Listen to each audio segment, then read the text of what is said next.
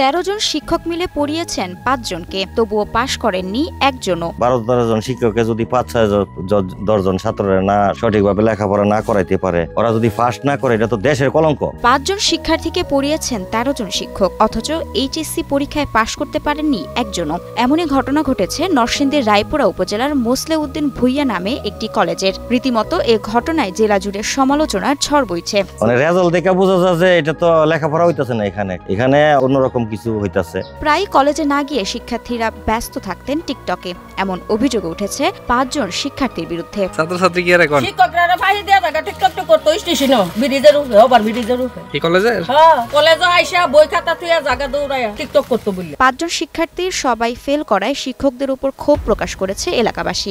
একজন হলেও পাস করার দরকার ছিল, কিন্তু একজন যদি পাস না করে, এটা তো নিজের আর ব্যর্থতা অনেক। শুধু শিক্ষার্থীদের নয়, শিক্ষকদেরও রয়েছে উদাসীনতা, যে কারণে 13 জন শিক্ষক থেকেও 5 জন শিক্ষার্থীর কাউকেও পাশ করাতে পারেনি বলে মনে করেন স্থানীয়রা।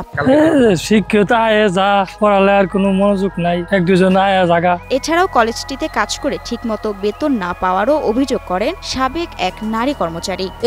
এই স্কুলের মধ্যে আমি 7 মাস যাবত কাজ করছি, আমারে 2000 টাকা বেতন দিছে। শহীদ মিনার হইব, শহীদ মিনারের যত ইট বালি কণা সিমেন্ট সম্পূর্ণ আমি নিজে মাথায় করে নিয়ে দিছি, মিস্ত্রিরা কাজ করছে। আর এটা ওইটা না, কাপড় ধোয়ার একটাই সলিউশন, চাকা অল ইন ওয়ান।